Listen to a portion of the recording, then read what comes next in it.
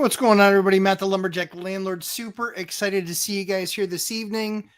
Whew, what a day. And yeah, I've kind of had it. I am kind of done. Done working with stupid, done working with the idiots, done working with the entitled a-holes. Hey, Dion, good to see you, buddy. Glad you're back in America, where we have power because we have better infrastructure than all of Europe, not to mention the healthcare. But anyway, yeah, kind of had it. It's been kind of a week. I'm going to kind of give you the top three things that stupid is so unbelievably painful. And sadly, it's an epidemic. It's an epidemic. I mean, there's so much stupid out there. It's not even funny. And it's completely self-inflicted. So, we had a tenant maybe 2 weeks ago or so. 2 weeks ago, they, sorry guys, I took off my hat. So I look all windblown. But 2 weeks ago, we got a call, that a tenant had passed away. Thankfully not in our place. But the tenant had passed away. So we were working with them and just making sure that we could get the mom access and all that other stuff so she could, start to clear out everything, and again, she's a person. She's a person. She just lost her daughter. Like, what a horrible situation. And so I'm just telling her, hey, listen, whatever we need to do to help, just let us know and let's have that conversation. And she said, actually, you know what? I just want to kind of go through her place, clear everything out and have the time to do that. And I said, that's not a problem at all. You just let us know if you need help, if you need totes, if you need trash, whatever. And she's like, I just don't even know where to begin. And so one of the cool things, about us and because we self-manage, is, we have access to equipment that other people don't necessarily have access to.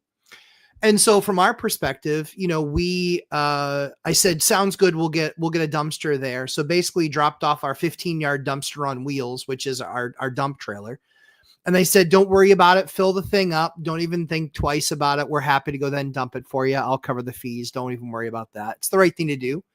And so, cause her daughter was on Section 8, so that's fine. So they are, so they're dealing with that. They're dealing with that loss. We're not rushing them. Basically, she just has my phone number and I say, hey, text and call me when you need to text and call me. It's all good. And so she does. She texts me pretty much every other day, maybe more. And that's okay. Like, we're here to help. It's not a problem. I can only imagine, having had a sick daughter, I can only imagine what life would have been like had that not come out with a great income or outcome. Sorry. And so we're going through this process essentially with her, letting her, get everything out, and she's great. And, we're supporting her every way we can. And so then today, May 1st, I get an email from Section 8. Section 8 says, we were made aware that the tenant has passed. And so we are recouping her voucher. We are not paying for May. Are you joking? Really? Are you joking? What was I supposed to do? Just real question. She's lived there for 8 years. The place was a disgusting mess. I felt bad that the mom had to go take care of that and clean it up. And I even told her, I said, listen, don't worry about it. Like, we can help. We're happy to help take care of it. Just take the stuff that you want and we'll kind of take care of the rest. And we would just put guys there for a day, 2 or 3 guys there for a day and get through it. And yeah, it would cost us maybe $1,000 or whatever, but we'll do that. But how fast could this garbage government program run the other way? Like, how fast? Like, it's unbelievable. It's absolutely unbelievable. And I wrote the rep back, and it's the actual director of housing for that area. And I wrote her back and I said, how is that fair? I said, she passed like 11 or 12 days ago and you're now out. You're just out, and screw the landlord and tough shit for you. And too bad, so sad. We don't care about you. We don't care about the bill that we're owed. We don't care about monthly notice. We don't care about that stuff. That's not our thing. Our thing is just, we do what we want. And quite frankly, F the landlords. So what I would tell you is that you need to recognize that these government programs don't give two rips about you. They only care about the disenfranchised. They only care about them. They don't care about you, the landlord. They don't give two rips about you. And in fact, when you sign up for that garbage program, which is garbage in almost every town, in almost every state across the entire country, make sure that it's only a percentage of your tenants if you decide to do it. I still regret the day that I ever started doing Section 8. The tenants are 80% of my phone calls, they're 80% of my problems, and they're less than 20% of my revenue. They are absolutely the worst tenant class out there, and their reputation is earned. Consistently, they disappoint. Consistently, we have another example. This is, the Section 8 rant. And sorry if it offends you, but I want to make sure my job here is to tell you exactly what I'm going through. I don't pull any punches. I tell you exactly the way it is because I want you guys to make decisions based on how you feel about a situation, but on other people's actual real world experiences. There's a ton of landlords getting their clock cleaned right now because Section 8 rents went down. So all those idiots who sat out there telling me, oh, Section 8's the best strategy. No, it's not. You're wrong. You're flat out wrong. I'll take the person with the job every single time because they actually have the means to not only afford the place, but typically go out and earn again, not just, oh, well, I'm on a program and so I don't really have to do anything anymore. It's complete garbage. It's complete garbage. Their credit sucks. Almost across the board, their credit is complete garbage. One would think that their credit would be pretty decent, seeing as how they get their rent and all their stuff paid for. I have somebody that's in an apartment now that's getting $5,000 a month of subsidies. Keep in mind, this is $5,000 a month after taxes. If that doesn't absolutely outrage you as a just as a taxpayer, I don't know what will. So I don't care which side you lean on. I don't care what side you vote. I really don't give a rip. But the fact of the matter is that there is zero accountability and that program is complete and total garbage. I hope it gets gutted.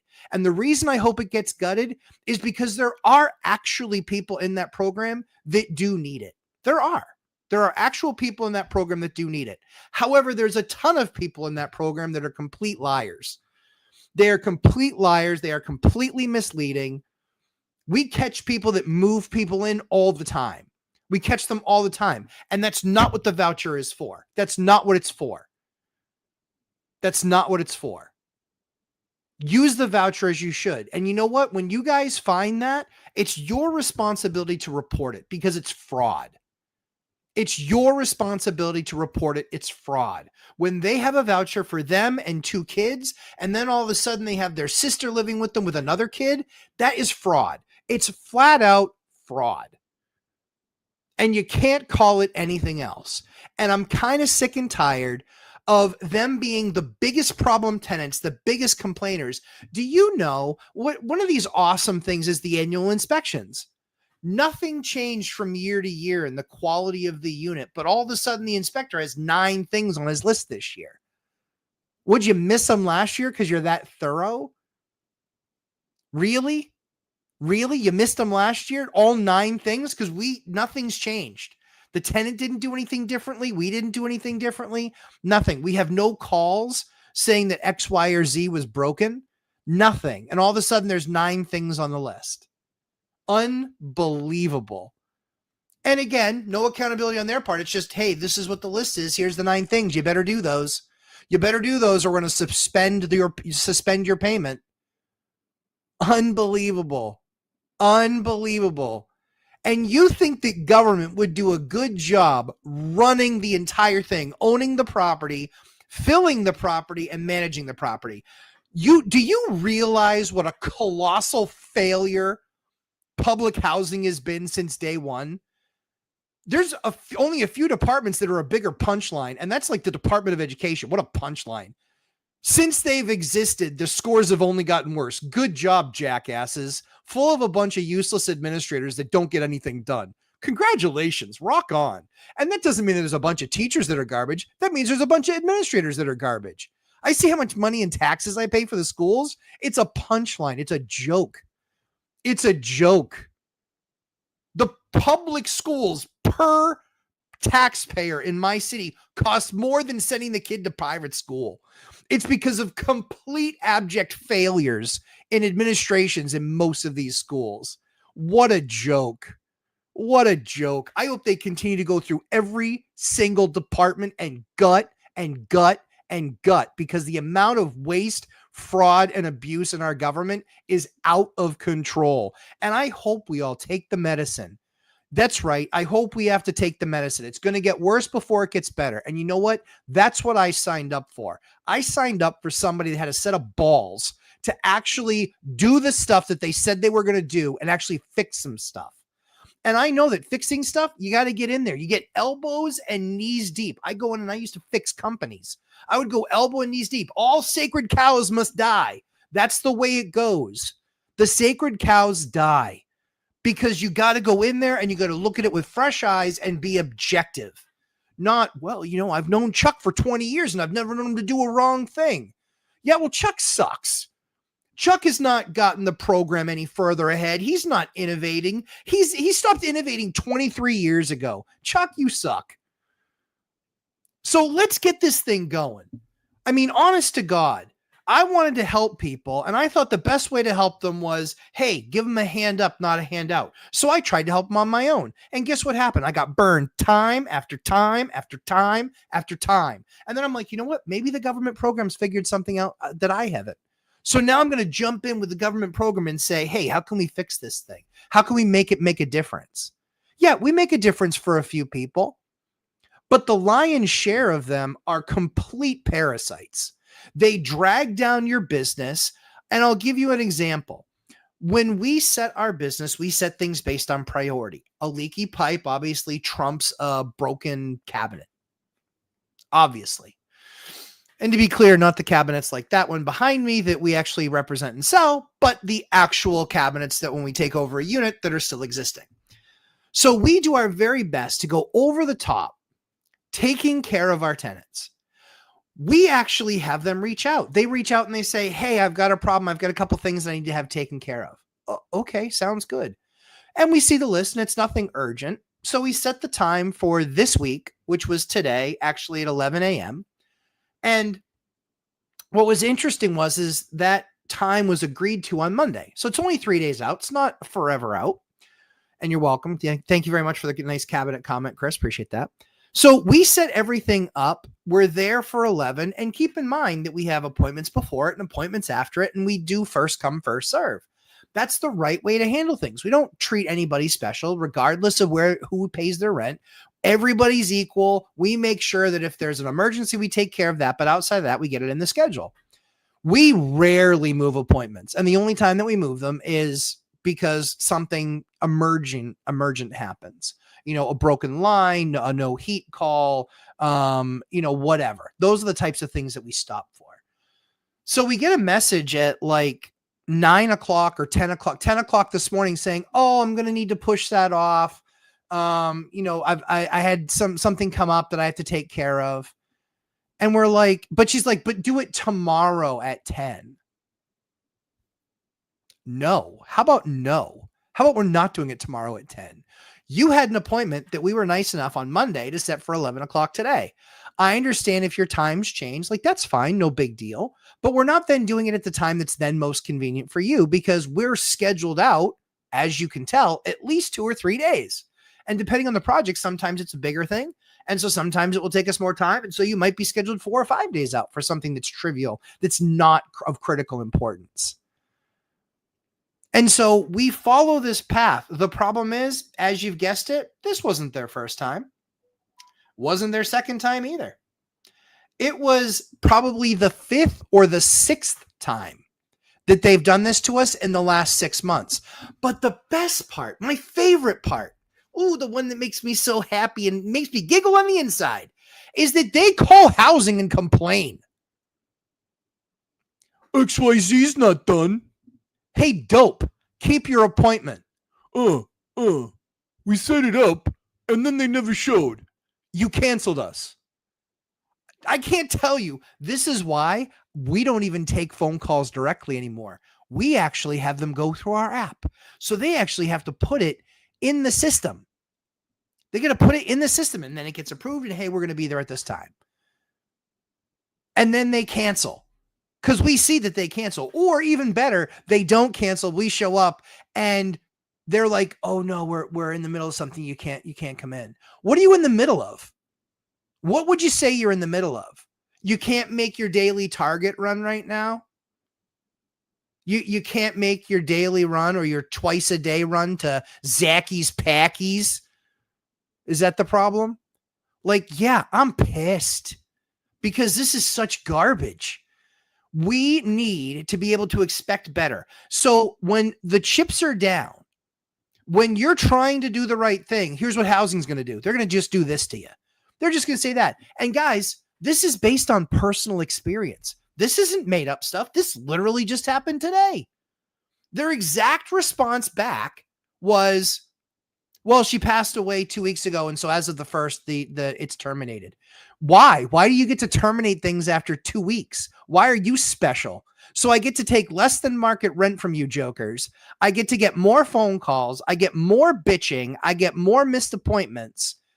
And I get all of that for the pleasure of taking less money. And then when somebody passes, I'm supposed to be the compassionate one doing all the work while you're just going to basically screw me over 2 weeks later and not pay me, not give me any notice.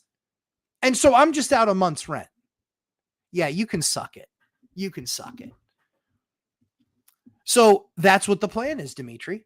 The plan is, if we're going to have, what does post tenants looks like for you? Charles, I'll get to you soon. But this is the clown noise. There's a shortage of units in the market. I am more than happy to make these market units. I wanted to help, but it's not working. It's not working. It only pisses me off and stresses out my people and ruins their calendars. Because what are they supposed to do when they had 3 hours blocked off for this person? They can't just go to the next person because the next person's expecting them to. And it would be rude for us to go to them and go, hey, we're here. We're here. No, you can't do that. You can't do that. It's just not the right thing to do. You know, we can text them and go, hey, you available? We can do that, and that's something we do, but we don't want to put the pressure on them either. They were respectful enough to work with us to set an appointment. So it's like, okay, what do we do with those 3 hours? Well, I guess we better go figure something else out to do because my guys know they got to be working. They got to be getting stuff done, and there's plenty of stuff to get done. But like, how do you effectively manage that time? Like, that's the whole reason we set the appointment in the first place. So anyway, I'm getting ready to read all your comments. I'm going to take you guys through exactly how much you guys know these guys absolutely suck. They suck. And the program directors are clowns. Most of them are absolute abject clowns. You know, I've filed for stuff for investigation. Nothing happens. I've proven that there's fraud taking place. Nothing happens. Nothing. Someone passes away within 2 weeks. I'm paying. It's my dime now. They don't need to give any notice. They don't need to let me. No. It's not what's good for the goose is good for the gander. It's we're the program and go F yourself. And if you don't like it, too bad. All right, sounds good. What needs to happen is government can run all that stuff and we can watch look at all of the joke travesties all around the country of public housing. It is a punchline. They are an absolute punchline. Look at all the failure. Landlords don't fail nearly as much as they do. Not even close. And they have all the advantages. Government contracts for, getting stuff built. They have all the advantages because big places will take on those contracts because they're like, yeah, we'll just cheap it. It's just absolute garbage. So before you consider a strategy that is all Section 8, number one, get your head examined. Talk to a landlord that actually does Section 8. I'm just telling you, it's not all it's cracked up to be. It just isn't. Because we evaluate our tenants exactly the same way for Section 8 as we do for units. And you know what? What's crazy is they almost always have the worst credit. You're on Section 8. You're getting your rent paid for. You're on other subsidies, fuel assistance, food stamps, electrical assistance. and you still have a garbage credit score. You know what's really funny is that now that I'm retired, I see my tenants out and about during the day, and I'm pretty sure they don't work nights. How nice for them. I had to bust my ass for 27 years to retire. Apparently, they just got on a program. So let's talk about that. Oh, Silver Eagle, a white ring rant. My neighbor sends his kid to private school. He pays a small fortune. Kudos to him, but it's not actually cheaper than the cost of sending a child to public school. That's true, Silver Eagle. Look at the facts. This guy's a jackass who was actually on Zuber's channel and said, do you know how right-wing your guests are? Dude, do you think he cares? Do you think he cares? I got in this seat because I'm wealthy and I did it doing what I talk about. What are you doing, Silver Boy? You're saving up coins and hope that that's going to somehow save you? Dude, I got tons of coins that my real estate paid for. You're a clown. You're just a clown. You're an absolute troll. My politics stand the test of time, jackass. And you know what's even better is that so does my process.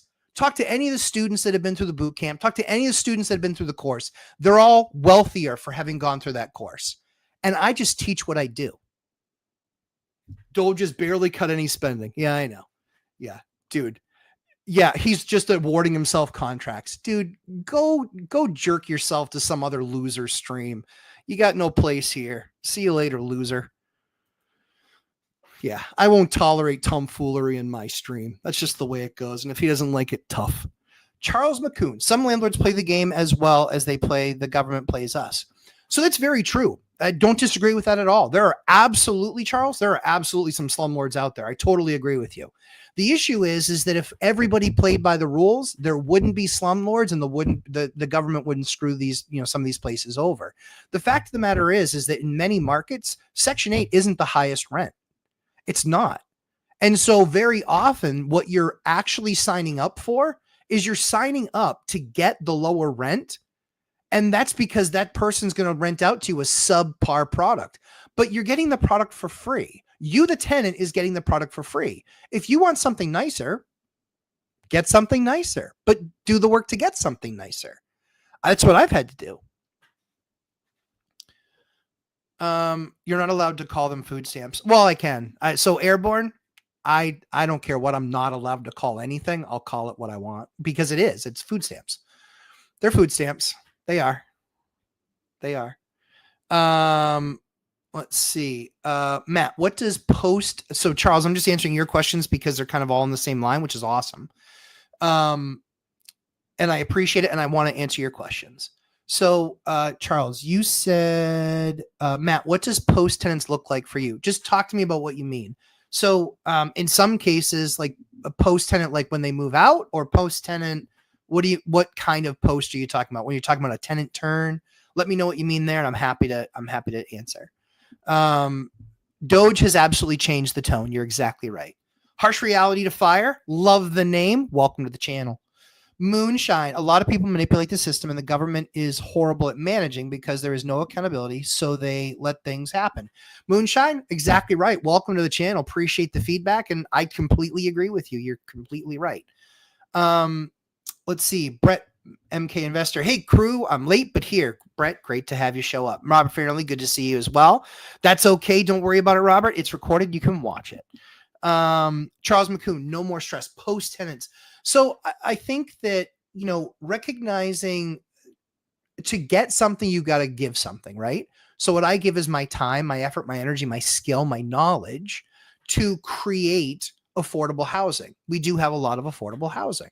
We have some expensive stuff. We have some B stuff. We have some C stuff.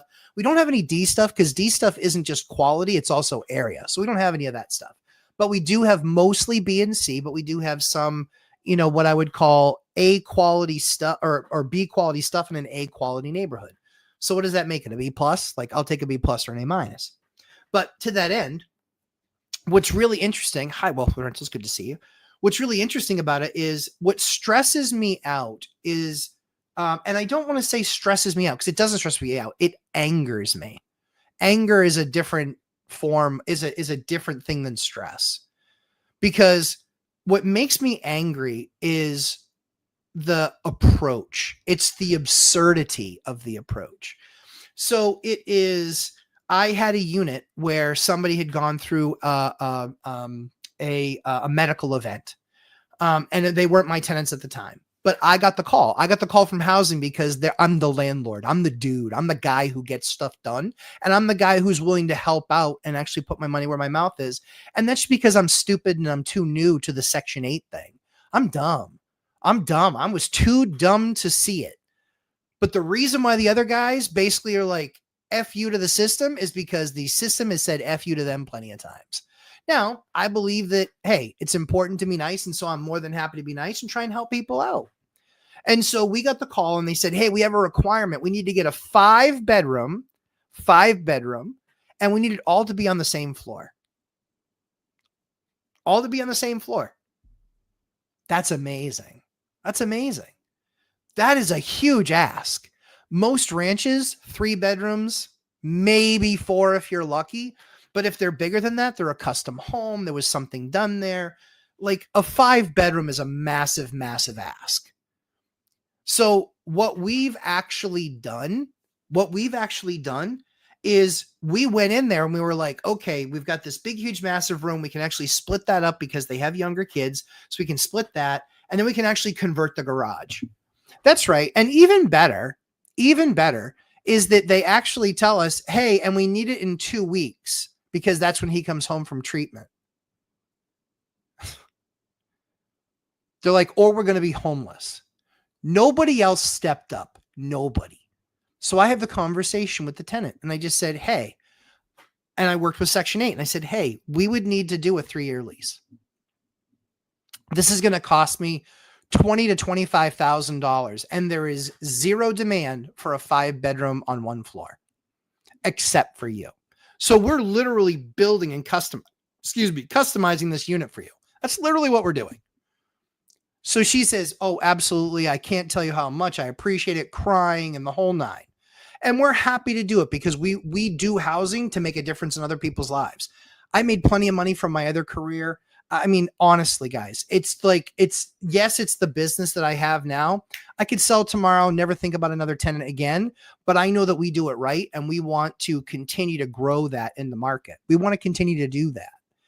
You know, we want other landlords doing it right. We want to teach other landlords how to do it right. You know, my course, sure, it makes money. Of course it does. Of course it does, because it's 24 years now of knowledge that I'm giving people over a 10-hour period. 10 hours, 24 years, your choice. My option cost me over $1 million. Your costs you less than $1,000. Pretty good return. But as we look at this process, we do this for this person. She says, yes, absolutely. Yes, absolutely. Yes, absolutely. But we actually have to get the lease approved by Section 8 because it's multiple year. Fine.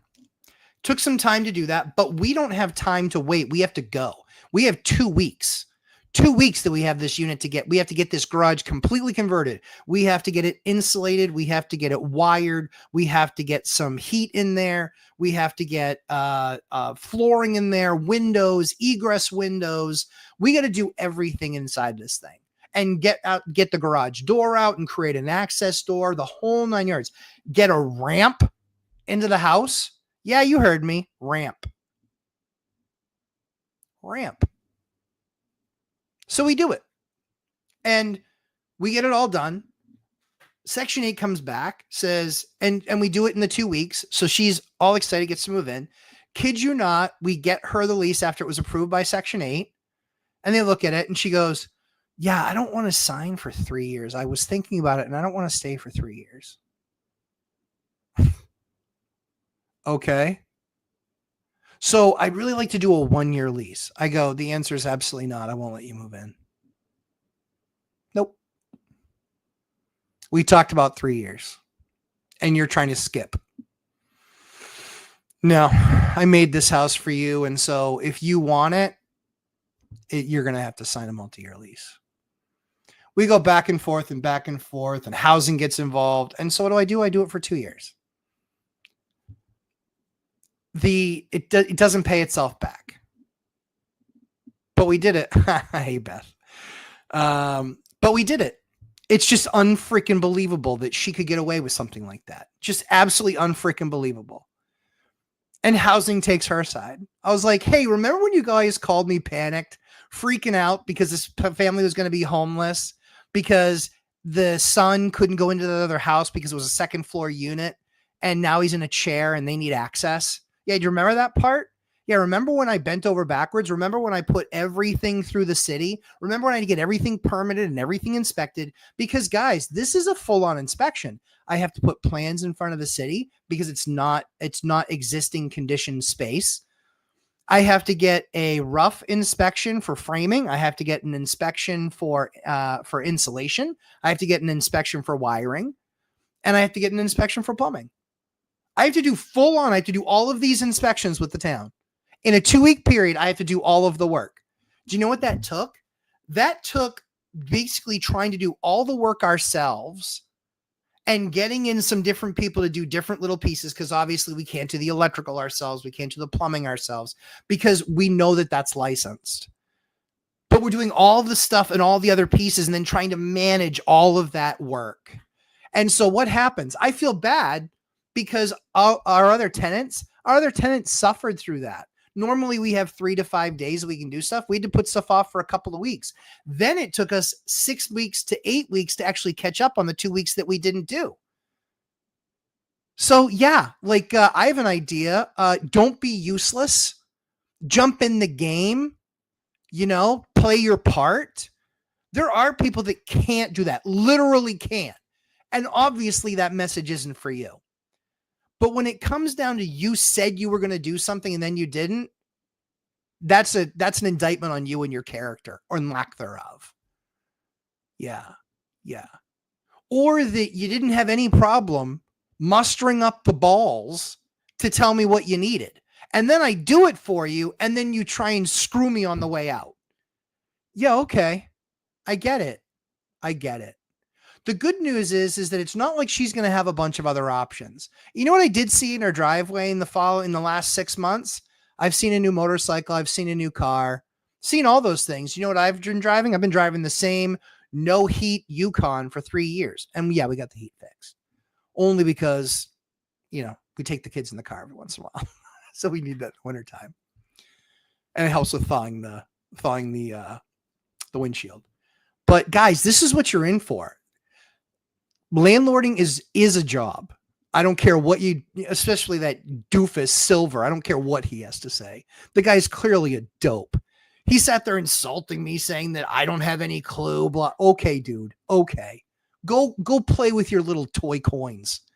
You don't think that I've taken a bunch of real estate and turned it into a bunch of silver? Of course I have that. I probably have 20x what you have. And I'm actually helping people in the process. But you're sitting there saying, oh, I just don't know what I'm talking about. Want to bet? Anytime you'd like, I'll debate your dumbass on my channel anytime you like. And we'll do it live just to make sure there's no tomfoolery in editing. We'll go live. I'll debate anybody anytime. Because the fact of the matter is that I have 24 years experience doing this, and I've seen and heard pretty much everything. There's some new things that we're hearing, but we're not going to release those things yet. But this is the idiocy that we see. So let's jump in more into questions. Investing folks, Matt's on people's ass today. Yeah, for sure. Like, you do something stupid, it is what it is. Feel better yet? Landlording is frustrating. No, I mean, I think it's about making sure that I'm not going to play it down to so triggered people feel safer in the stream. Not going to do that. I'm a passionate guy, and that same level of passion that is in it for the business to try and help people. And the guy that you want in that foxhole with you is me. I'm that guy because I don't bail when things get tough. I just dig in and just say, listen, it is what it is. It sucks. And we just have to get it done. And we're going to do our best. That's it. So I'm that guy. And you know what? Most landlords are that guy. Other guys, other people, other landlords have been too jaded and they're just like, you know what? F them. F me. Nah, F you. But we still try and rise above and still try and do the right thing. No matter how many times we're disappointed, And if you think that it's a bad tenant selection process, I got 24 or 25 evictions, 25 in my 24 years of doing this. And I've got over 5,000 tenant years to count. So I think we're doing pretty okay with our numbers. I'll put my numbers up against anybody else's. So, yes, sir, HOA Prez, you know it. When the going gets tough, tough get going. That's the way it goes. And you know what? I learned that from my grandfather. My grandfather was a hardo, and he was an immigrant. And this is just the way that it is. Yeah, and Josh, you're exactly right. I want to make sure that you guys know what you're in for, that you know what to expect. They're going to tell you pound sand, and the answer for you is you have to sit there. And I believe that we should take the high road, but we shouldn't eat the stupid soup before we jump on the high road. You have a responsibility. We have responsibilities to our banks. We have responsibility to our bank. Now, I got this unit back. It's May 1st. I got told this morning that I got the unit back. Okay. Apparently, they play by a different set of rules. Next time when they call and ask something, sorry, I'm busy. And it's amazing to me how often I get asked for a favor from people that are more than happy to screw me if they have the chance. It's just beautiful. So Charles McCoon says, neighbor wanted to buy my 10 acres. He has 30-ish Section 8 homes at $950. He teaches something different. Thanks for your effort. Yeah, I don't know what teaching something different. I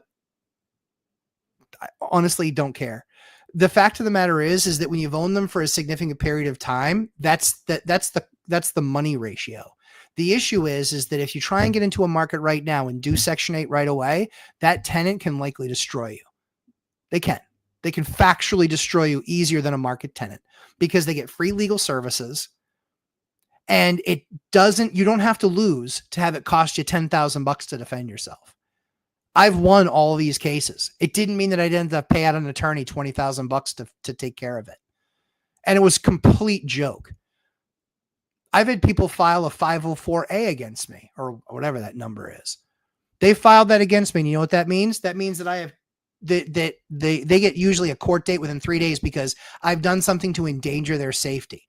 Do you know that actually carries with it a $1,500 fine for me, but also $100 a day fine until it's addressed, until we get back in front of the court? You know what's really awesome is that my state's smart enough to go, yeah, we need to make sure that people aren't going to use that punitively. So we're going to live there. We're going to put a penalty on it that says, if it's found that the move to do this was punitive and that there wasn't actually a real issue, we're actually going to, we're going to fine them $1,500 and they're going to have to pay that to the landlord. So I went to court twice on those, won both times. Not only did I win both times, but I won both times that the tenant was trying to be punitive. So both of them have $1,500 judgments against them. Yeah. Mm-hmm. Yep. So FAFO. FAFO. Anyway, I digress. John Williams, howdy, Matt. The tenant you helped me land 2 years ago told me yesterday he'd like a 2-year extension. Well, isn't that the things that dreams are made of? I love when people do extensions. Obviously, it cuts down your costs, but you've treated him right. You've been a good landlord. You've serviced the property. He's happy with where he's at. And now you're going to get out of spending. John, how much time did we spend on that? 15, 20 minutes?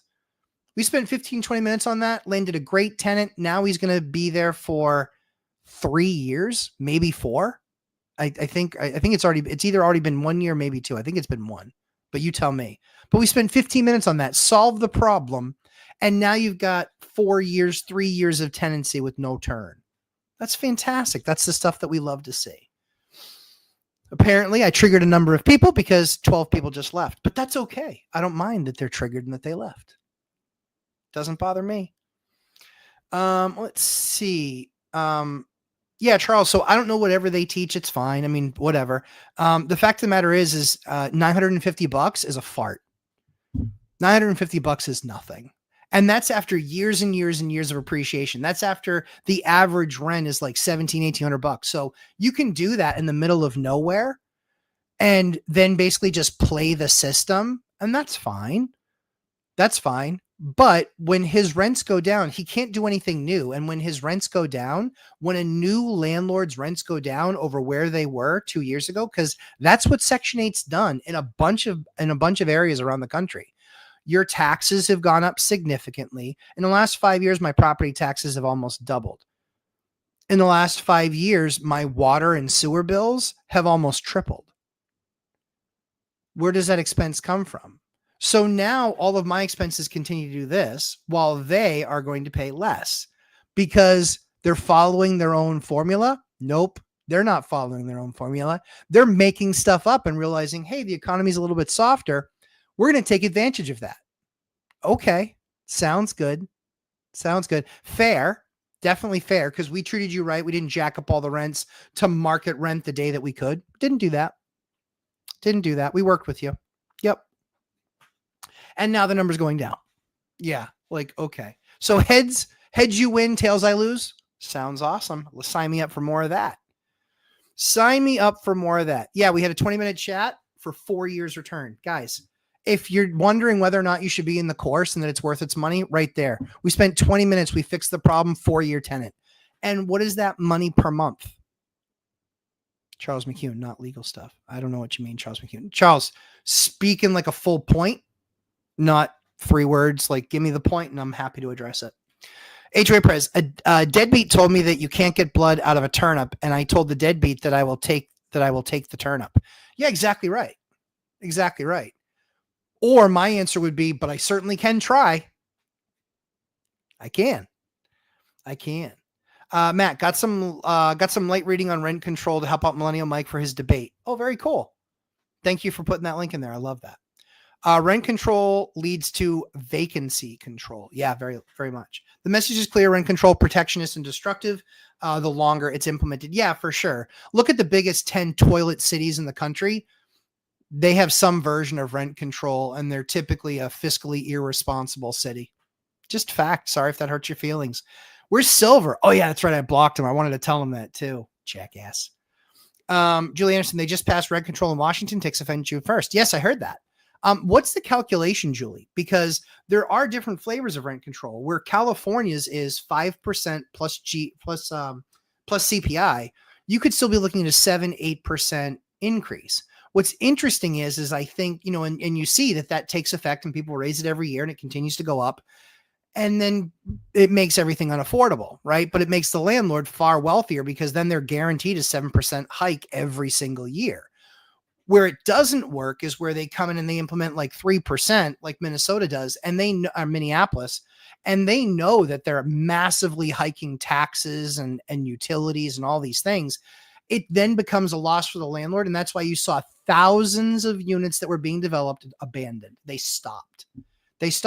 Now, what's that going to do? That's going to create more demand in that area. Now, what's that going to do? There might be rent control, but what there's going to be turnover in a unit. And then somebody's not going to have to be stuck at 17. They can go to 2,100 or 2,200 or 2,300. And when they do get stuck at 22 or 23, here's what's nuts. Now, what do? Now, all of the people that aren't on some program and the units that are coming available, but back on the market at a much higher rate. Guess what? That's why they're coming on at a higher rate, because the landlord knows I got to get the most I possibly can. I'm better off having it vacant for a couple of months and just getting the right tenant. That means that all the marginal tenants, bye-bye. Yeah, bye-bye. You're not going to get any more housing except for dumps, because those are the only landlords that are then willing to take you. It's a pretty easy case study. So, hey, Key, good to see you. San Francisco is 1.4, 2025 March only. Not even plus CPI, 1.4. That's honestly, like, are we ready for San Francisco to fall in the ocean? Largely speaking, I don't want all the people to get hurt, but the fact of the matter is that you couldn't find a city.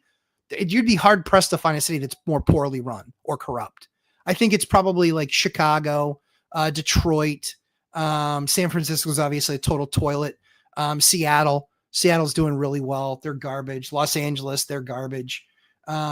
Just look right across the board. It's pretty evident. Washington limits for rent control 7% plus inflation 10% max. So yeah, you're going to be at 8, you're going to be at 9%. You're going to be 8-9%. The difference is now it's justified every single year. HOA price. San Francisco has a vacancy tax to force landlords to rent out their apartments. This is heading off to federal court. Yeah, of course it is. And they're going to lose.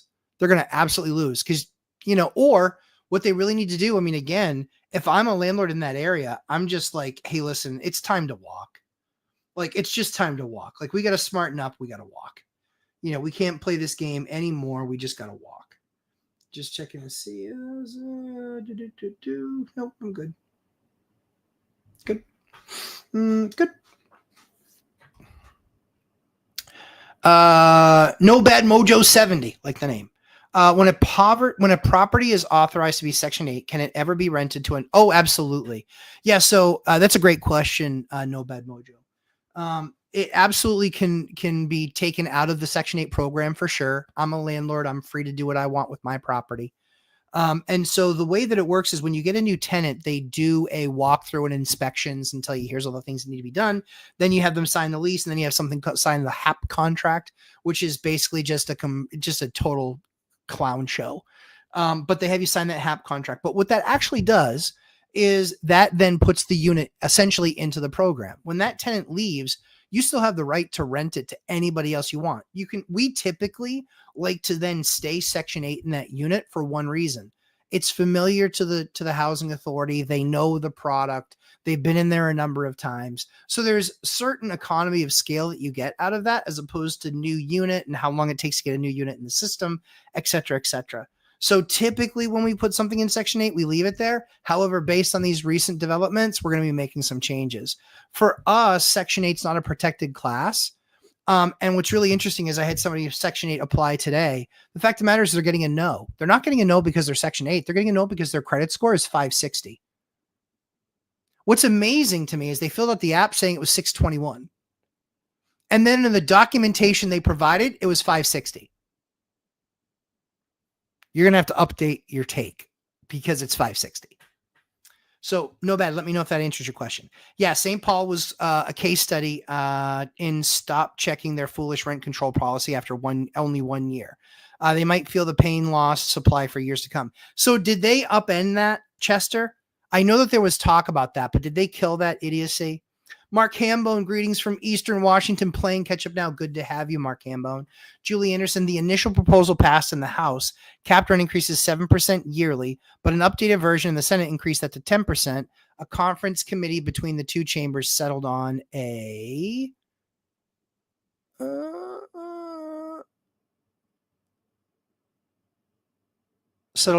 probably on that number. But again, a 10% raise. Here's the thing. When you make that the number, guys, you know that I'm going to come back and I'm going to have to get my 10 every year. I don't have it now. And so what we do is we try and give the tenants a couple of years at that initial rate, and then we raise. Because we want to give them that option, and then they might stay, they might not stay. But a majority of our tenants stay. A majority, and we track it differently. We track the number of inherited tenants that we have stay, and we track the number of tenants that we place that stay. The ones that we place stay longer. The inherited tenants, quite frankly, I'm not going to listen to it. We bought the building from a landlord that usually didn't take care of it, was behind on maintenance. We get in there, we do all of that stuff.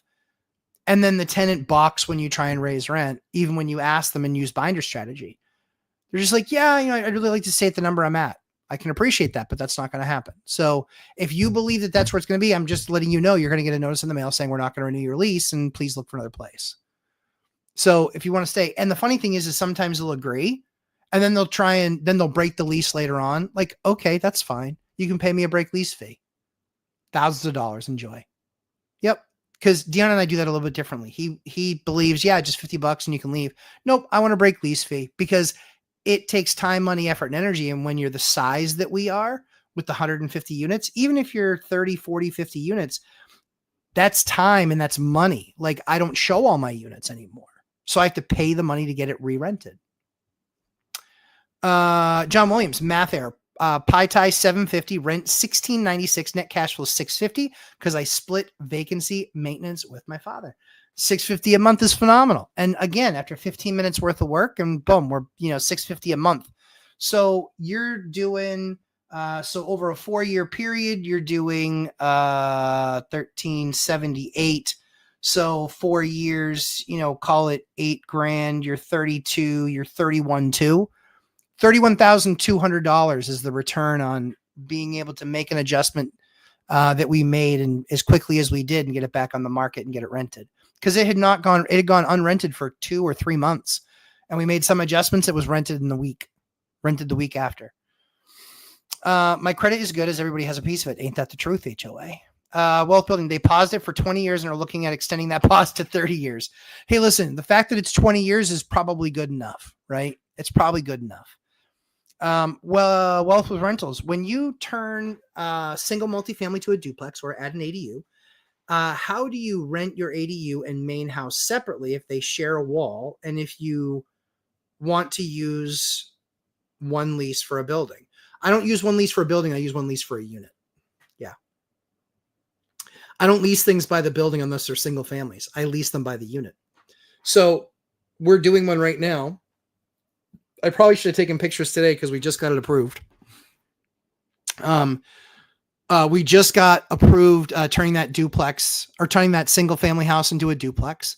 I'll take pictures of what we're starting with. You guys can see it. It's a great little unit. It's close to downtown. Plenty of off-street parking. Great little spot, and that unit, when we're done, we'll probably rent for $19.95, $18.95, something like that. We'll spend about $35,000 on the unit. So the return on that capital will be about a year and a half. But most importantly is it pumps it up, and we actually own that asset outright. Once we get those rents to where they are, we'll actually then do my magic thing. This is one of the things I teach you guys, which is how to get the bank to give you a free house. Check out the video. It's all in there, but this is one of the free houses that we got. So we owe nothing on this house. We'll spend and put $35,000 or so into the house. And I think we'll be able to do that based on the numbers that I got today. I think we'll be able to do it for 35. We might be able to get away with doing it for less. But we want it to be quality. That's the most important thing to us, is it has to be a quality. And so when we do that, like I said, year and a half return, but then the rent on the 3-bedroom above it is, I think, $2,800 or $2,900, I want to say. So it's $2,800 or $2,900, and we're going to be at about $5,000 a month when it's all said and done. That building, when it was a single family, that house never rented for more than $3,200. Never. So we'll get year one, we'll do $1,800 a month more than what we were doing anyway. What we did was we took the upstairs, we reduced it just under $3,000 because now they don't have access to the basement anymore and anything else. So I think that's going to be a win. It's going to be a win for the tenant upstairs because they weren't going to use the basement space anyway. They love the space upstairs. It's phenomenal for them. The basement space, like we have to do a bunch of stuff for like noise and things like that because we were up there and I was like, damn, it's loud up there. But we're going to take care of it. We're going to spend probably $5,000 just soundproofing things, making it sound better. But that's one of the things I recognized today, and being in the unit, I was like, yeah, we got to rip all this stuff out. Got to rip all this stuff out and make it a lot more quiet up there because it's way too loud. So hopefully that answers your question with rentals. Chester, given all the disproportional pain with Section 8, is it still worth keeping that portion of your portfolio? Or is it only a few problem children in the program that are causing all the problems? So they're 80% of my problems. They're less than 20% of my portfolio. And there's probably I forget what our current unit count is. I want to say it's right around 23 to 25 units on the program. It's 6 or 7. The idea is we have some that we really, really like, but there's a lot higher hit rate of bad tenant in that program. And especially because a lot of the case managers, they don't do anything other than get the tenant placed. And they're like, nope, it's your relationship. It's your problem now. It's like, well, it is, but they're leaning on the program of why I'm not quote unquote allowed to do something. So you need to get involved. And so there's a couple of housing people that we work with that are spectacular because we have the conversation with them. We're like, listen, yes, it's the tenant, but if you want to be finding them another place to live, then keep on going this path. We want to work together. The best one that we work with works with us. And I'm like, you need to have that conversation with the tenant. We've had it and they're not listening. The next step is posting. That's the next step. Yep. 10% of your tenants cause 90% of your problems. Yep. It's true. They're just disproportional to Section 8. And we qualify them exactly the same way, just disproportionate to Section 8. No Bad Mojo 70. That answered my question. Thank you. You're very welcome. I like your baloney approach to people who try to put the screws to you. Also, thanks to Dion for recommending your remodeling advice. Oh, thanks, No Bad. Yeah, Dion's awesome. it was funny. He's the only one that ever gets me to consider. He and Coach Carson are the only ones that ever get me to consider, maybe I should just go smaller. And I'm like, but I still like buying properties and I still like redoing them. Wealth building journey. That's crazy. Some of those case managers are absolute garbage. Yeah. They are absolute pure garbage. Forget about they have bad attitudes. They give you a hard time. They are ineffectual. They don't follow all the processes that they should follow on their side. That's the insane part. Oh, look at that. Rent. Yeah, that's my phone going off a bunch of times for rent on the first. There's another one. 5. Love that. 6. I must have just picked up connection again. That's why I just got 6 that said, hey, all set. Cool. Love it. Mark Hamilton, have you ever done student rentals? Yes. Either by room or the whole house. And what were your thoughts about that? Mark Hamilton, it's in my course. I love student rentals. Student rentals, it's a complete misnomer. It's a complete lie that they are the worst tenants. It's a complete lie. It's not factually true. They are some of the best tenants. The key is when you're screening them, you'll get plenty of people that will apply. The idea is that that's where you need to have some sense because, it's not discriminatory if I pick one person over the other. I have multiple people. And when all things are created equal, I'm going to pick the one that's a better fit for me.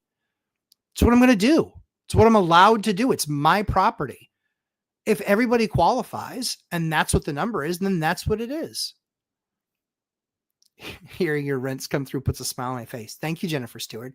Jennifer Stewart, by the way, you guys got to look her up. Absolutely fantastic. She is an integral part to the business because we've had 1031s that we've had to get out of in this last year. We have another couple coming.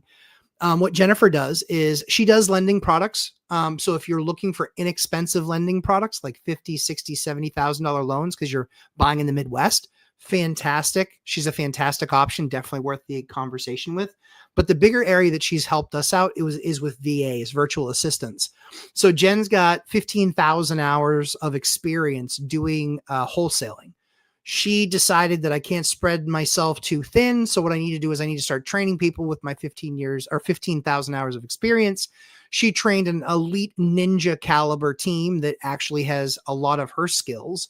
And then they go out and they find deals. So what I was able to do over a 90-day period was create about 87, I think was the total number of raw leads that we created.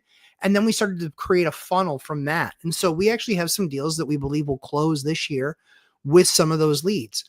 And it's a lot better than waiting for MLS. And it's even better than hoping that you're on somebody else's list. I got news for you. Most of those brokers have preferred buyers like me, and they're not going to get to preferred buyers that have 2 units. They're not going to get there.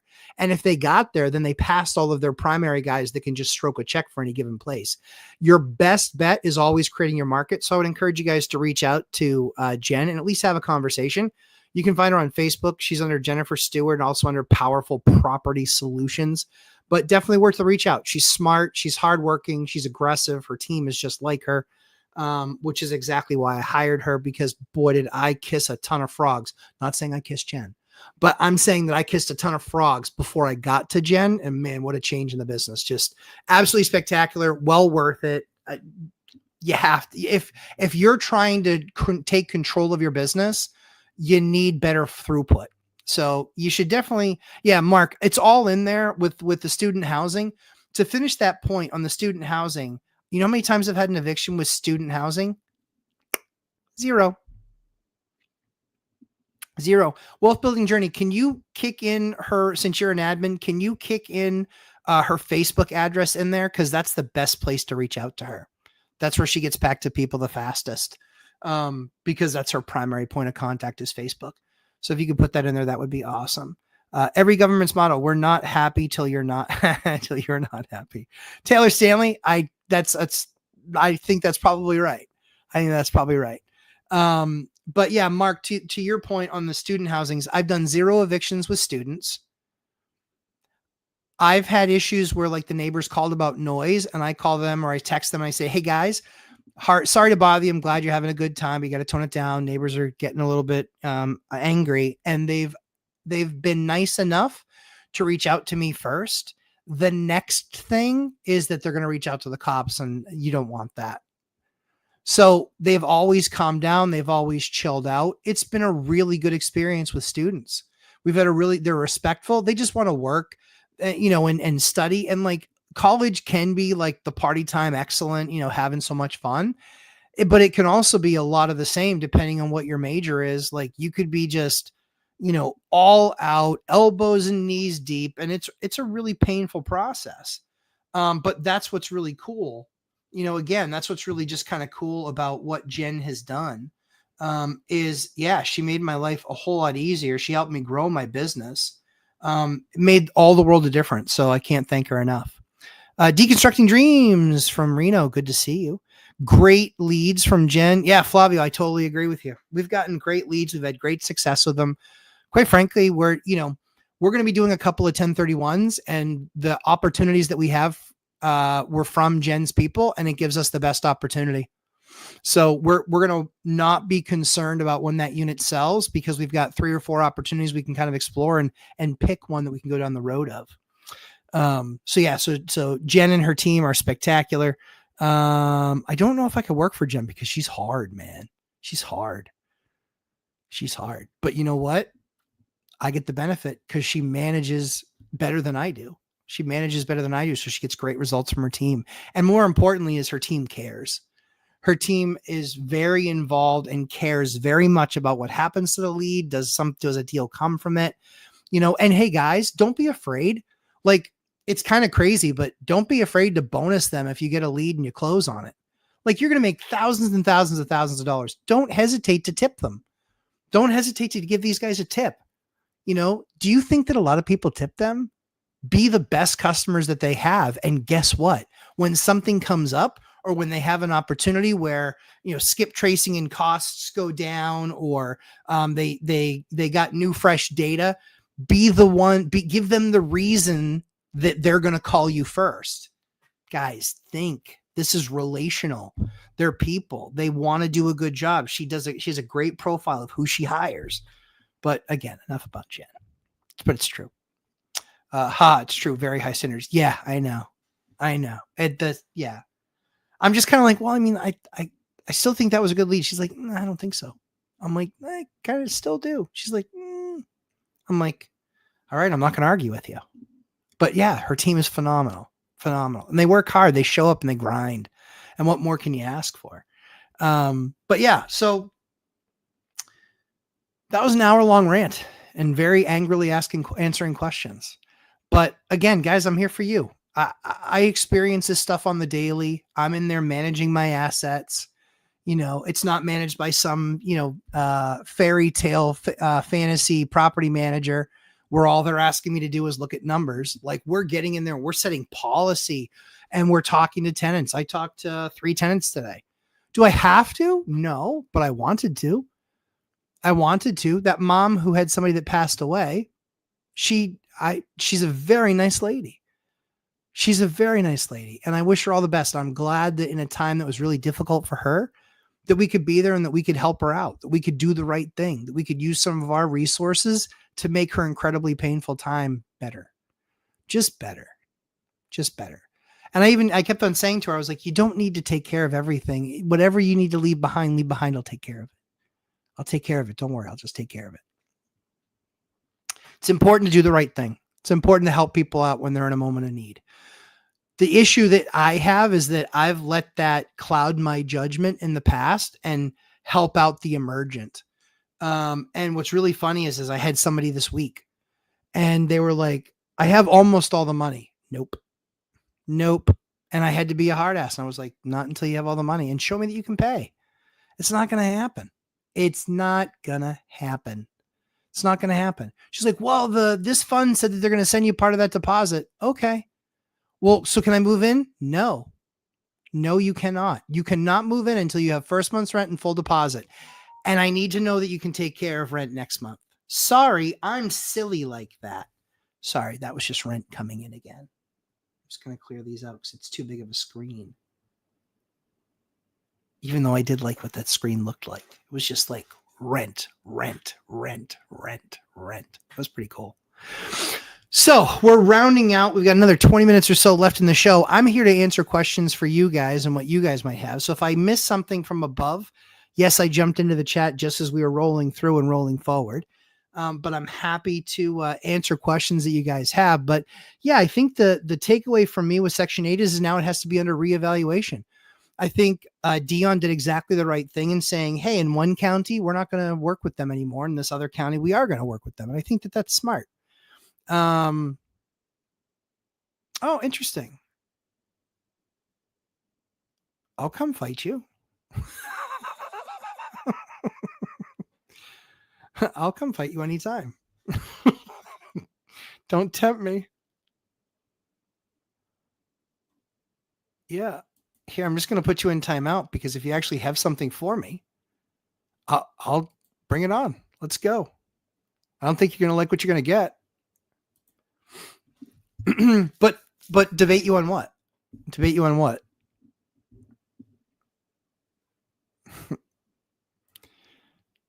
Yeah, all good, Chester, and it's all good. Crimson Knight. The next boot camp is in late summer time frame. It's going to be end of August, early September is where we're going to do it. That's the next boot camp. This boot camp wraps up this Saturday. It's been an amazing 12 weeks. Loved my time with the students that we had time with. Amazing group of investors that I know that they're better. And that's what excites me is watching how much better somebody is at the end of the course and how much they know. Kyle Dorn says, thanks for your teaching. I've had a successful move out inspection. Tenant getting full deposit back. 5 didn't have to do a dang thing. See? Yep. If only all of them were that way. I love giving deposits back. That's exactly right. One of the things that we teach in the course, guys, is how to get your whole deposit, how you get to give back your whole deposit. You don't want the time. You don't want the headaches. You don't want the energy. You don't want all the garbage that comes with it. So we do everything we can to prep the tenant and say, here's what our expectation is when we get the unit back. This is exactly how you were handed the unit. We teach all of those things step by step. That way we actually give them their deposits back. We don't want to keep their deposits. We don't. We just had one where we're just like, dude, like you completely trashed the place. Like every single wall has marks on it. The floor was disgustingly dirty. It was barely broom swept in a couple rooms. And it was just like, what a punchline joke. Well, I mean, kiss goodbye your deposit. Not going to bother me at all. But if I got to go in there now, they're in for a penny. They're in for a pound. Now I got to do it all because they just completely wrecked it. And not like holes in walls and things like that. Well, some holes, but tiny stuff. But marks and scratches almost all over every single wall. So we got to paint the body of the entire interior of the house. They stained the grout. They stained the tile. The fridge is disgusting. Just gross. They're gross. What's really the punchline though, is that I know 3 of them work for a cleaning company. So we literally said to them, here's our expectation. We did it 3 days before the move out. Then we sent them something yesterday and said, hey, we want to get this. We want you guys to take care of this. Otherwise we're going to have to ding you for the deposit. They didn't clean up another single thing. I mean, okay. If that's the way we got to go, like that's fine. If that's what it is, that's what we'll do. It's all good. Robert Fairnell, tenants seem to like the place when seeing, but not no following up.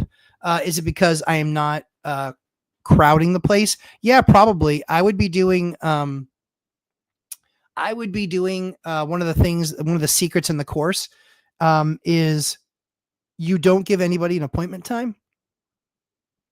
You give everybody the same appointment time. Mm-hmm. I've literally had 40 people walking through a house at the same time before. Only 7 parties wanted it.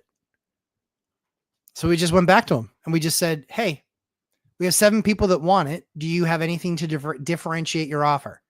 Is it going to be 1 year? Is it going to be 2 years? Would you do 3 years? Would you do more rent? Would you do taking over a different utility? Like, Would you take care of the lawn? Like, we start looking at some things like that. And it's the free market making the decision. We don't make them pay more. We just ask them, is there anything you want to do to improve your opportunity? And that's what they tell us. Let's see. All nighter. I'm back. Had a long convo with my Alaskan captain. This season is looking better so far. Good. That's awesome. Congratulations on that. Caldor, previous comment, my Section 8 tenant I hear from every 3 to 5 weeks like clockwork, actually about due any day now. There you go.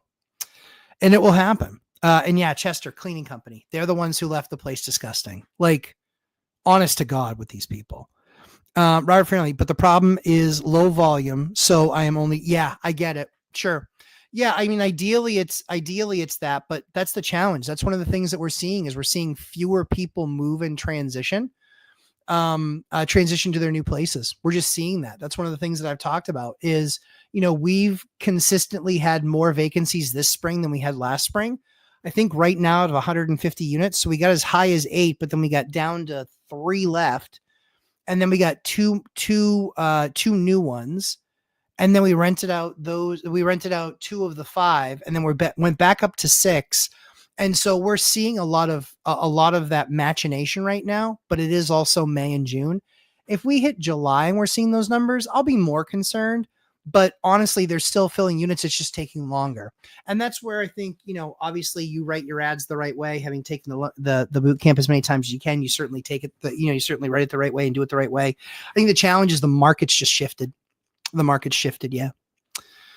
And so it's usually more people. Yeah. More people to get loaded. Charles McHugh, please explain boot camp times and expectations. Yes, sir. So, Charles, so the times, usually what we do is we only allow 15 people in at a time. That's it. That's our max. We will only allow 15 people in, no exceptions. And the reason that we do that is because I want to make sure that the 15 people in that room actually get real engagement. They all ask questions throughout the night. And it's usually 2 hours. When I say 2 hours, I lie. It's usually 3 or 4. But I say 2 just in case. And then we bring other people in that we could never bring in on like a YouTube or things like that. They can't say the things that they want to say publicly. And so this gives us an opportunity to have that in a closed forum where people can ask very aggressive questions. And they can really get kind of knee and elbow deep, and get real answers. That's one of the toughest things about YouTube is that you do get penalized for giving brutal answers. But that's one of the things I love about the boot camp. And so the course is 10 hours, of recorded information, and it covers kind of everything. You can see the syllabus, right on the website. So that gives you 10 hours of kind of covering everything. But then we spend over a 12-week period, we spend about 30 to 40 more hours talking about landlording, experiential. When people have projects, they jump into the boot camp, and say, hey, I'm going to do the boot camp this time around because I've got a big, huge rehab project that I'm going to doing, and I want kind of step-by-step, week-to-week help with it.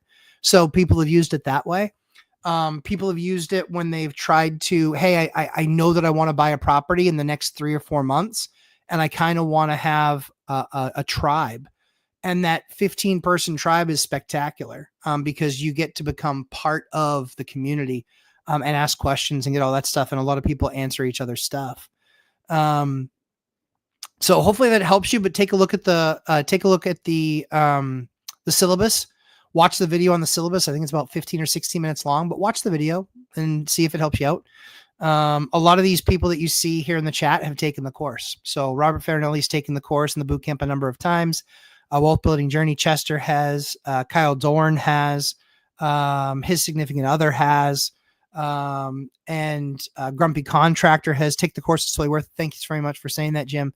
So really everybody, there's a lot of people here in the live stream that have seen the operations, seen operationally how it can excel you.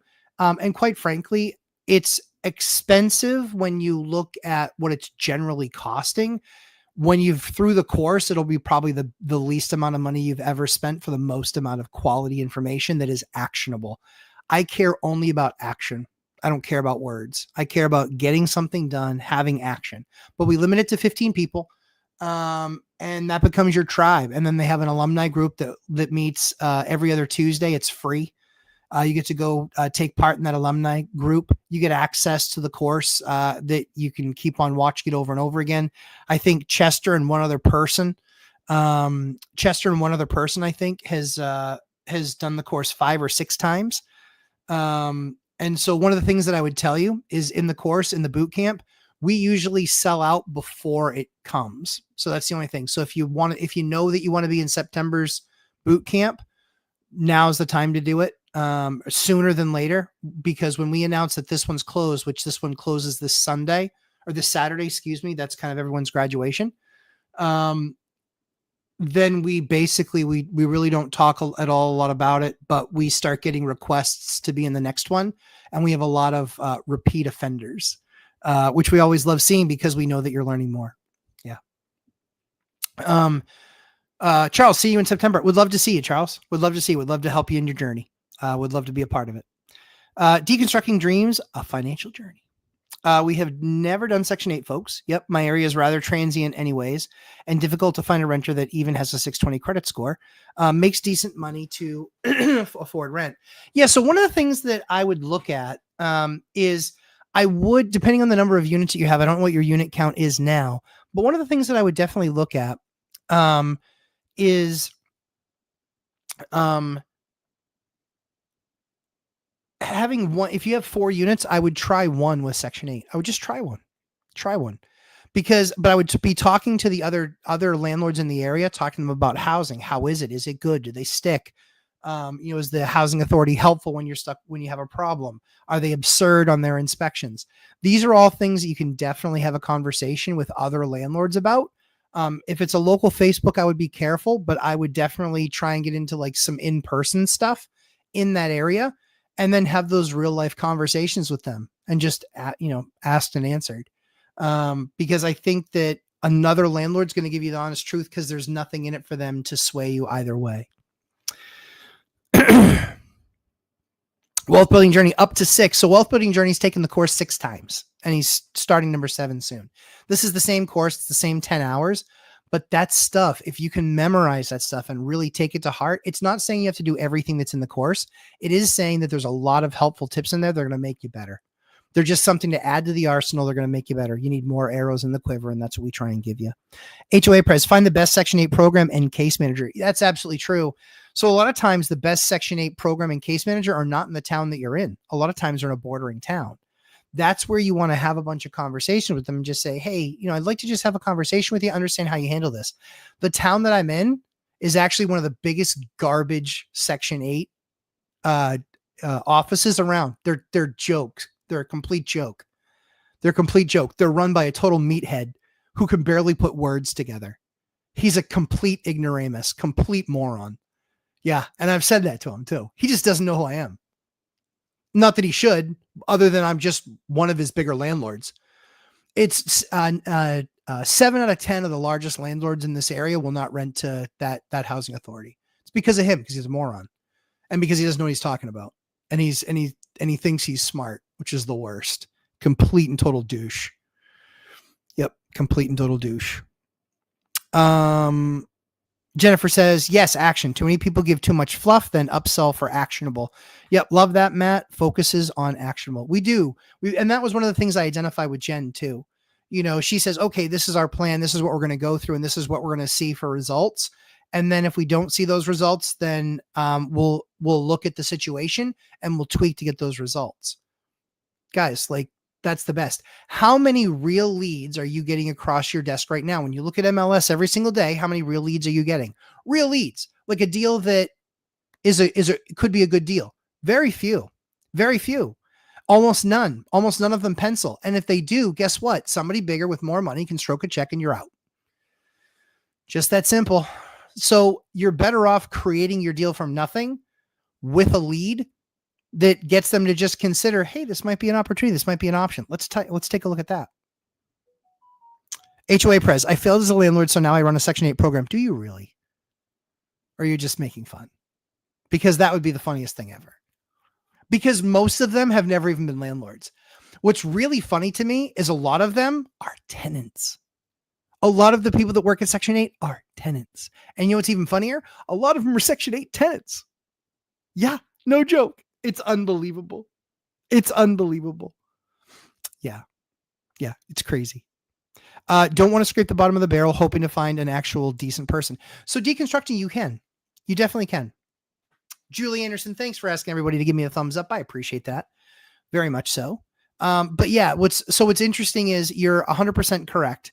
You don't want to be scraping the bottom of the barrel, but what you'll find is if you're going to take somebody that has a 620 because all the people are so transient and that's what your town is full of, you might as well take a Section 8 person with a 620 because you know they're not going to leave the program and lose their voucher.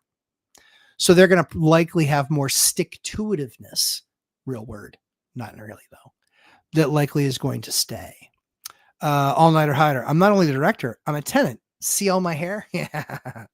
Size Sperling said that once. Size Sperling. That is wild. Talk about a place where Doge needs to analyze. Sounds like the foxes are running the hen house. It's 1,000% that way. It's a complete joke. It's a complete joke. And that's why all these people are like, oh, are you worried that they're going to lose their vouchers? No, I'm not worried at all, actually. Not worried at all. If they find that you're guilty of waste, fraud, and abuse, you should lose your voucher. Did I say that slow enough? Of course you should. If you're guilty of waste, fraud, and abuse, of course you should. Like, that's how it goes. Because all these lines of people, 3 years, 4 years, 5 years, 6 years, places that shut down the list and they won't even add any more people to the list because they're not getting vouchers fast enough and they can't add people fast enough. You know what? You would clear up a lot of those lists if you just took out all the people that were committing fraud. You'd clean up those lists a lot and you'd get some people in there that actually need the help. But it's just growth. Oh, you know how many vouchers we give out? You know how many vouchers we give out? You know what our monthly budget is? I don't care. I care that you give them to the people that need them. Not the best actors. You can find good Section 8 tenants, and it helps as a good case manager may send you some. Yeah, so I get sent tenants all the time. Mm-hmm. Yep. And some I've said no to. She was like, no, this is a great tenant. I was like, that woman's going to be a nightmare. And she was like, I don't think so. And I said, okay, I'll do it. Just getting ready for my I told you so. And sure enough, that woman was a complete asshole. And you know what was really funny? She left owing me thousands of dollars after doing thousands of dollars of damage. Yep. That's how awesome she was. That worked out well. It won't happen, but they should drug test on Section 8 housing. I completely agree, but they never will. And the funny thing is that I wouldn't agree with that on like Social Security because you paid into the system and you get paid back. So I wouldn't agree with it for that. But for Section 8 housing, where it's a gift and we're approving you for it, you can put stipulations on that. I think that they should also have other working stipulations too. Like you can find some job based on whatever function or whatever issue you might have. I guarantee you can find some job where you can participate and we're going to require that you have that for sure. BuzzTune. Hey, BuzzTune. 35 plus hours with Matt and his A team in a few sessions. We'll sign up again when I can time it right. BuzzTune, we'd love to have you. Yeah, it was 35 hours. And so this last week, we actually brought a banker to you guys. We actually talked about all the different programs that they offer, all the ones that are available to you. What you need to be talking about when you're talking with your bank, the types of conversations you should be having, because most of you, no disrespect intended, but you don't know what you're talking about when talking with the bank. And you might think it's all about X and it's really about Y. And that's what we want to teach you is the Y. I don't know if we'll have it this week. I was trying to get a state attorney to come on with you guys. So we might have one. Yeah, to talk about your estate, how you should manage your business. Maybe you do LLCs, maybe you don't. I don't care. I have no skin in the game. You do what you think protects you. What protects me best is all of my insurance. That's what protects me best. All-nighter hider, LOL. Drug tests for a job to pay the bills. No drug tests to have your bills paid for free. What an incentive structure. That gets you on the screen, hider. Nailed it. It's exactly right.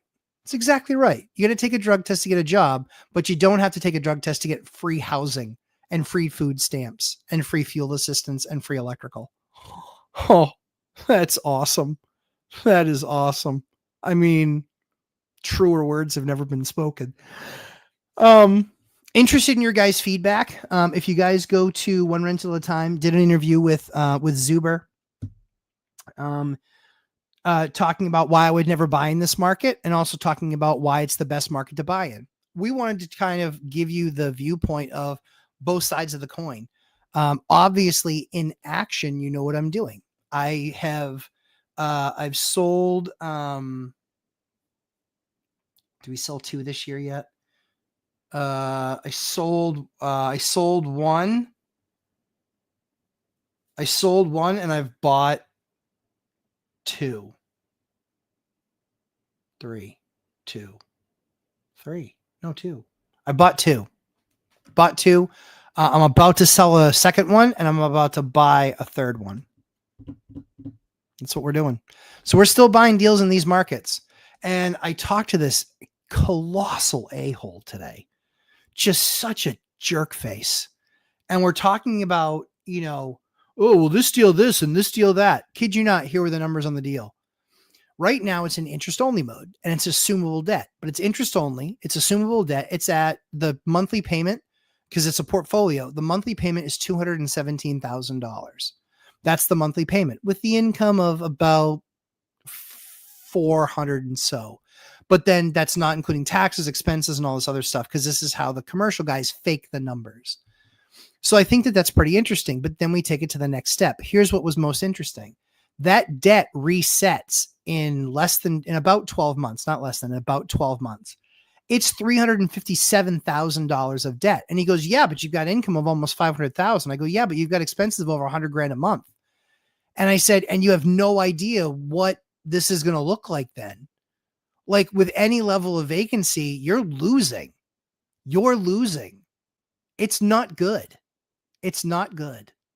So I think the deal is garbage because it's showing like a 7% cap rate. I think the deal is garbage because this other company spent a lot of time the last couple of years redoing the entire portfolio to make sure to maximize return. They got about $6 million into it. And, they want like 10. So it's pretty big. What made you think you didn't have to fight me? Oh, what do you want to talk about? What panel?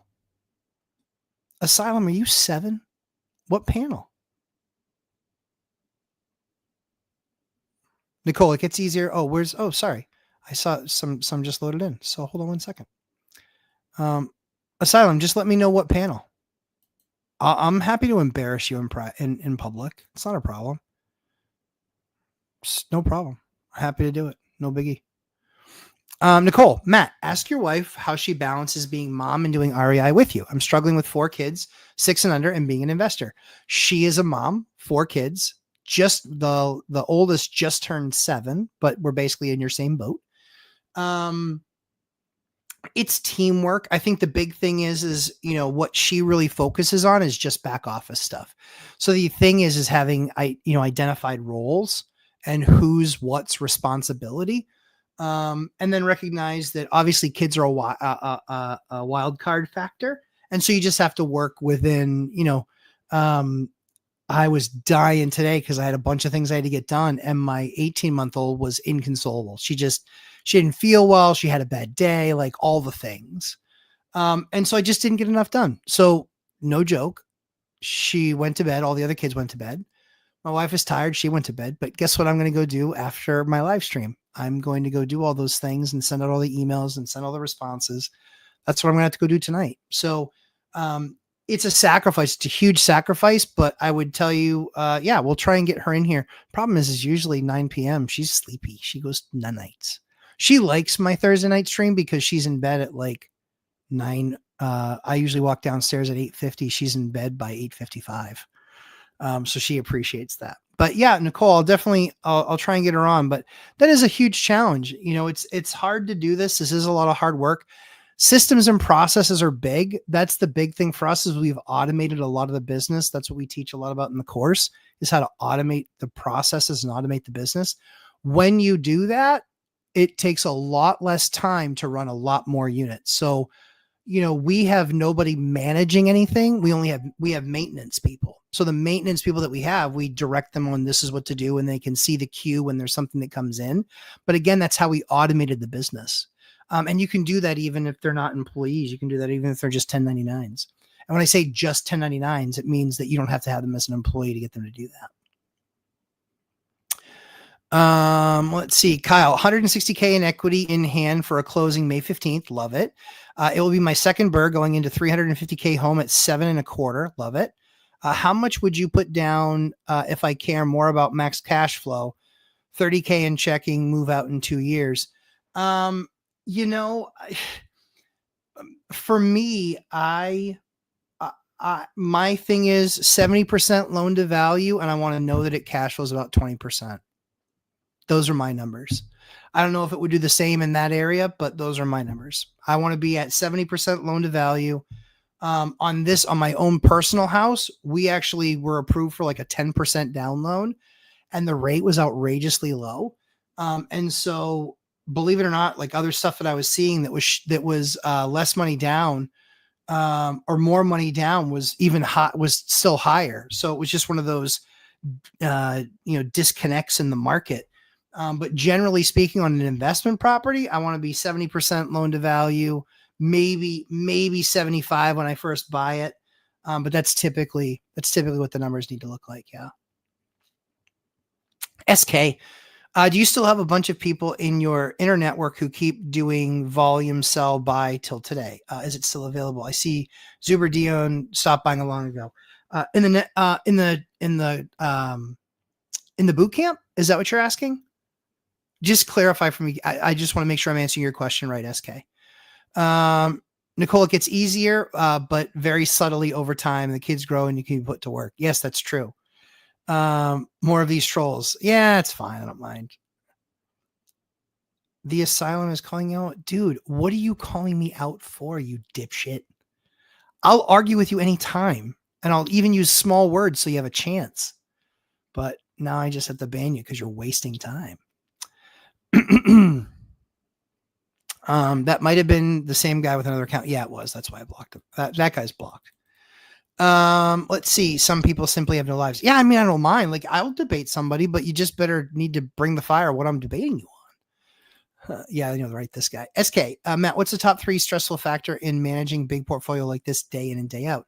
So I would say it's the problem tenants. And so that's why I would rather have a place vacant than have a bad tenant. I would say it is, and I wouldn't say stressful. I think it's more the how you prioritize things. You never want to hear you have a leak. You never want to hear you have a burst pipe. You never want to hear that stuff. And so we spend a lot of time, money, effort, and energy making sure that stuff never happens. But when you are as big as you are, even when you have systems and processes, stuff still sometimes slips through the cracks. And you just have to be humble enough to apologize when something does slip through the cracks. I can tell you that I get the guys pretty used to sending me invoices on Friday nights. And I'm just like, hey, listen, if you send me your invoice between 8 and 10 on Friday night, because that's usually when I'm just sitting out, chilling, decompressing from the week. And it's also when they finished work. If you do that, I will, pay you online, or if you send me something like a link on QuickBooks.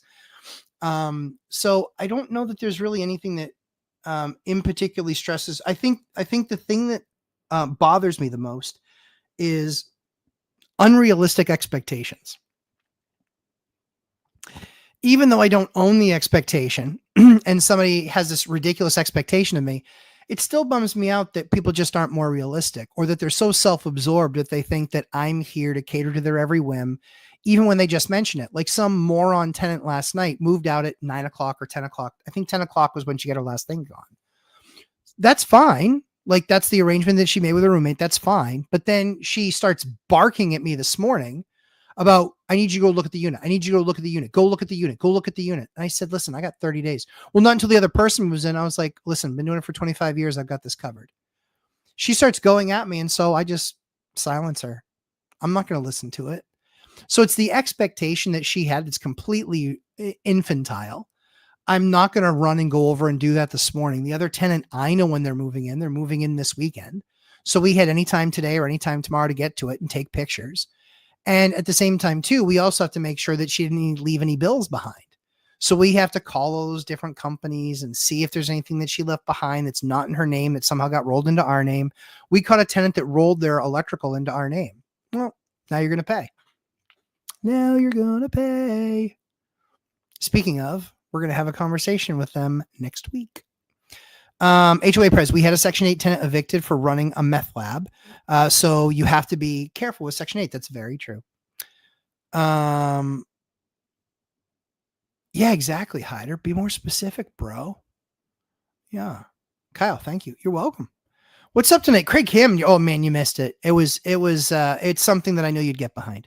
Spicy Lumberjack tonight. You got it, Ike. I just share with what we're going through. That's why we're honest as the day is long. We just tell you exactly the way it is. SK was asking, do you have any peers in your inner circle doing volume deals? Yeah, of course. Yeah. Yep. Do you still learn from each other? For sure. Zuber Dion look like are not buying anymore. I don't have a network of RE peers buying. So that's one of the things that we love about the boot camp, in all honesty. We had 4 out of the 15 in the course in the boot camp make offers while we're in boot camp. That's why I call it boot camp. I don't call it a mastermind. I don't call it anything else. I call it a boot camp. And the only reason I call it a boot camp is because all of my friends that went to real life boot camp, for Army or whatnot, they all have relationships with people that they're going to have that they've had for years and years and years and years and years. I want the same thing for you guys. That's why I limit it to 15, because I want close, tight relationships. I want people interacting with each other. I want people sharing stories and sharing resources, hearing what somebody else is going through so you can avoid it yourself. It's that having that peer group. And so all of those people in that course, all of them are still shopping. And in fact, in that time, we had a couple people close on a deal. We had 4 or 5 people offer on deals. We had one that was just stuck in a project and they're like, I need help out. And we helped them get out.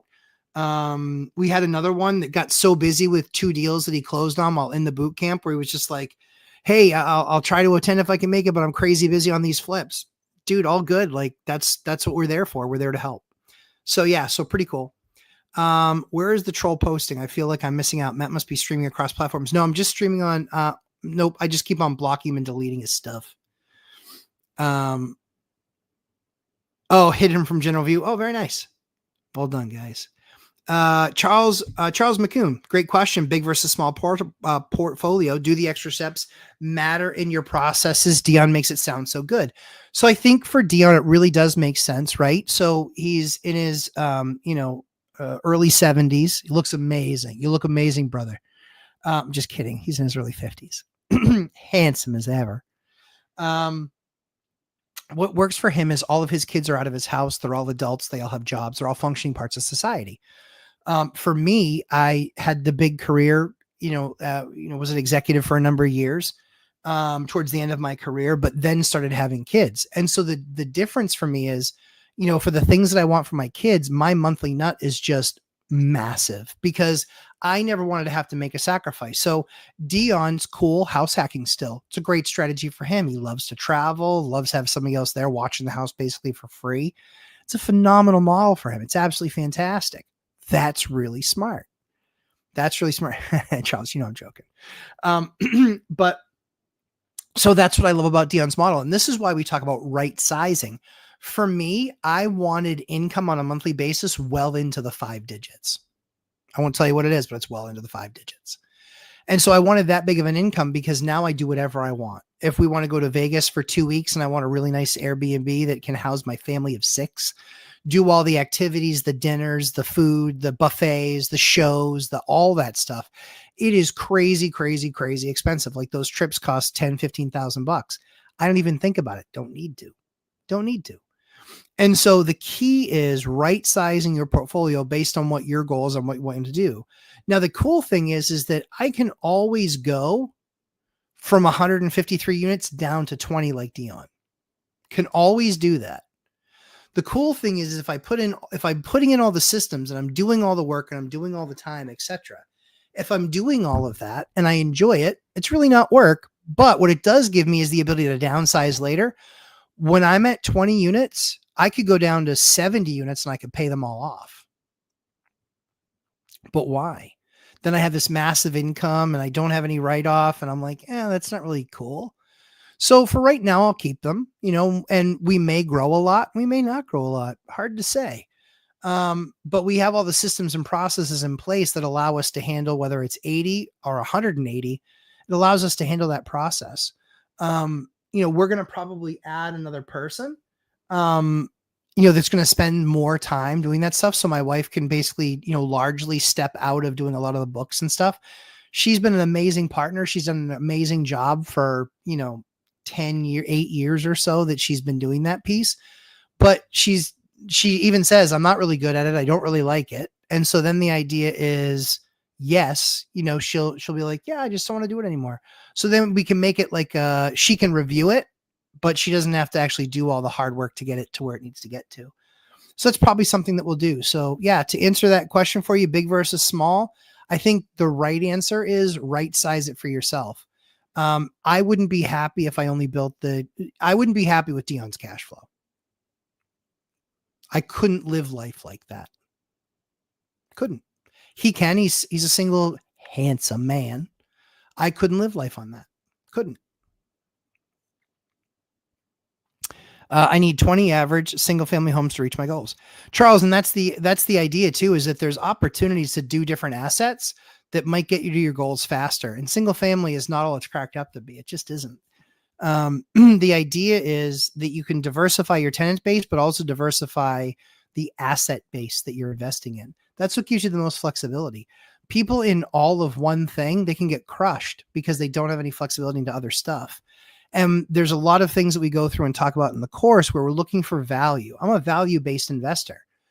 I'd buy chicken coops if I found better value there for my money. So I love real estate. There's certain assets that pay off really, really well. So I get super giddy when I hear about X asset. And then there's other ones where it's like, yeah, even the best one on the market might make 11 points. Bleh. 11 points. Bleh. Right? I want to make big money on my assets so I don't have to have a ton more assets. But when you have a ton more assets, it gives you that flexibility. Then at any time I could go, yeah, you know what? I'm just going to pay down a bunch of stuff. I'm going to sell off a bunch of stuff and just pay it down. One of my buddies sold a 58 unit portfolio. He was just like, he was tired of dealing with the town. He's like, F these guys are such idiots. And so he's just like, I was like, yeah, I get it. I was like, so what are you going to do? He goes, I'm going to sell everything I own in the town. I go, really? He goes, yeah. I said, okay.